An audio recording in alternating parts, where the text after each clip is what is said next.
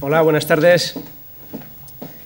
En primer lugar, dar las gracias a todos los presentes, así como al colegio, y vamos a tratar un poco de hacer la ponencia pues, lo más amena posible para que no sea excesivamente duro el día de hoy.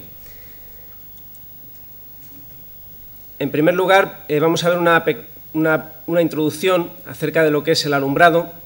Luego, después, veremos unos puntos sobre la actuación de las administraciones locales, ya sea sobre los elementos sobre los que se tiene que actuar, es decir, elementos físicos, diseño, mantenimiento, nuevas herramientas y principalmente seguridad. Vamos a ver también un tercer punto que sería una garantía del cumplimiento legal en instalaciones públicas y privadas y luego, como cuarto punto, veremos otras actuaciones de la administración local y el futuro presente, que ya lo tenemos prácticamente en nuestros días. Y, por último, veremos las conclusiones. Pensad que las antorchas portátiles o ancladas en soportes metálicos de las callejuelas y plazas se convirtieron en el primer ejemplo de alumbrado público. Desde hace ya muchos siglos, reyes y gobernantes habían tratado siempre que los vecinos fueran los responsables del alumbrado público, obligándoles a encender, limpiar y conservar los faroles. Aquí en Madrid, por ejemplo, fue Felipe II el primero que se empeñó en que todos esos vecinos pusiesen ese alumbrado público y todos esos vecinos gastasen de su aceite para que ese alumbrado público funcionase. Carlos III, sin embargo, liberó al vecindario de encender, limpiar y conservar esos faroles, especialmente porque en las épocas de crisis como la que tenemos ahora, pues era bastante gravoso para el ciudadano, porque de hecho pues, el aceite que le tenía que echar a los faroles era el aceite que en definitiva utilizaba para comer. Carlos III consiguió de ese modo un alumbrado público uniforme, permanente y atendido por trabajadores integrados en cuerpos de operarios vigilantes. El modo de costear ese servicio público pues pasa como en nuestros días, es decir, es a base de impuestos o a base de tasas o a base de conseguir un determinado dinero a través de erario público. ¿Qué es lo que ocurre? Que bueno, pues hubo en zonas que se utilizaron pues, procedimientos muy diversos y soluciones imaginativas, como por ejemplo en la zona de Cataluña, agravando el consumo de carne. El problema de estos faroles, que es el mismo que tenemos hoy día, es también su fragilidad ante cualquier tipo de protesta ciudadana, especialmente porque eran blanco fácil, y son blanco fácil, como pasa hoy, de todas las iras. Así, vemos que, por ejemplo, en el motín de Esquilache se destrozaron los casi 5.000 faroles instalados en la ciudad de Madrid. Pensar que el alumbrado público ha ido avanzando gracias a la ingeniería y sus desarrollos. Así Siemens, en 1866, consigue llevar a buen término la dinamo como máquina de producción industrial de energía eléctrica. Paso fundamental para que se extendiese la lámpara incandescente, abriendo las puertas al alumbrado público eléctrico de nuestros días. Y pensar que las tecnologías antiguas no están tan lejanas, es decir, el último farol de gas en Madrid se quitó en 1972, que es no hace mucho. Pensar que la evolución de la tecnología ha ido variando. En los últimos 20, 30 años lo que se quería era más luz. ¿Por qué? Pues porque la tecnología lo que nos brindaba era tratar de conseguir más luz, porque la tecnología no tenía un procedimiento bien resuelto para conseguir una cantidad de lúmenes suficientes. Actualmente ya hemos conseguido esa cantidad de luz y lo que primamos es una eficiencia energética y vamos en pos de buscar esa eficiencia energética.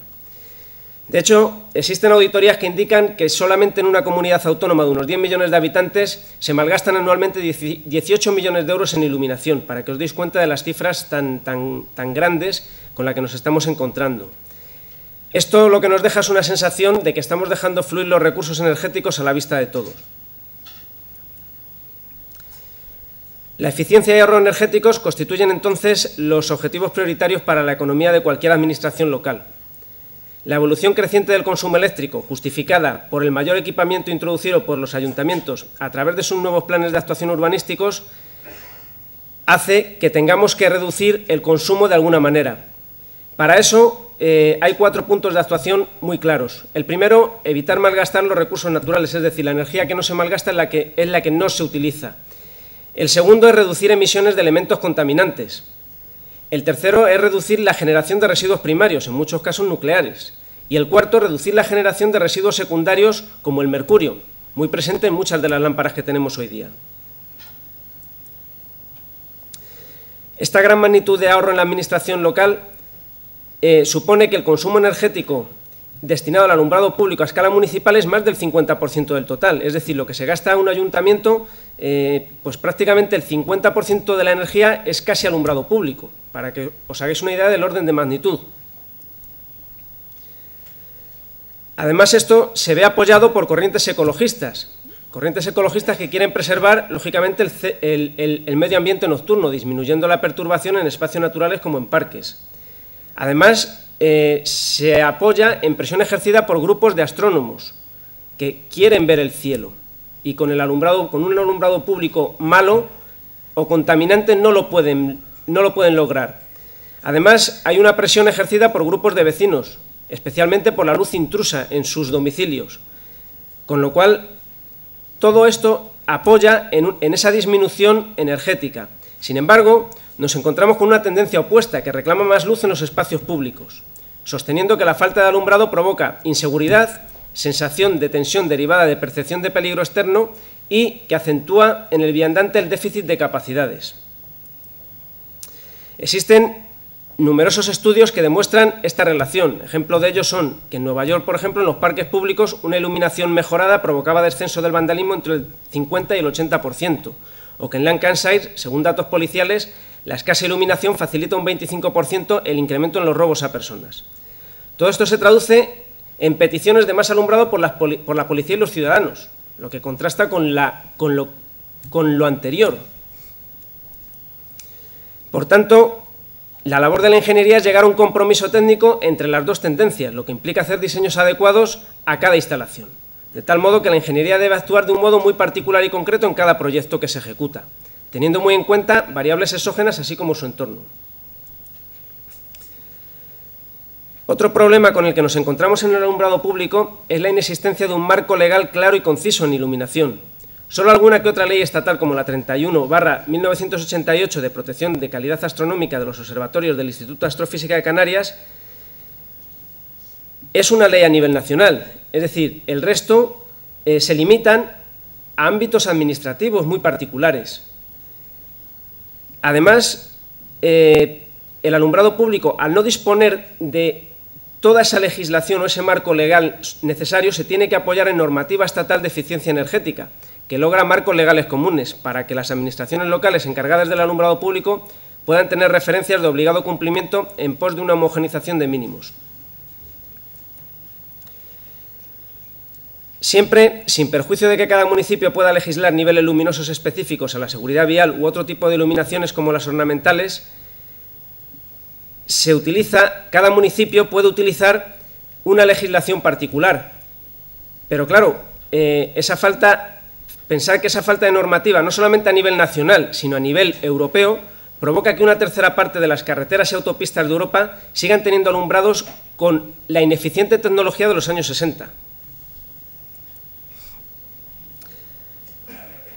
Los tipos de alumbrado que podemos incluir o en los que debemos incidir, según su clasificación, podríamos decir que son viales específicos, por ejemplo, aparcamientos al aire libre o pistas deportivas y recreativas municipales; ornamental, que es importantísimo, es decir, la iluminación de monumentos se lleva una parte también muy importante; vigilancia y seguridad nocturna; señales y anuncios luminosos; y festivo y navideño.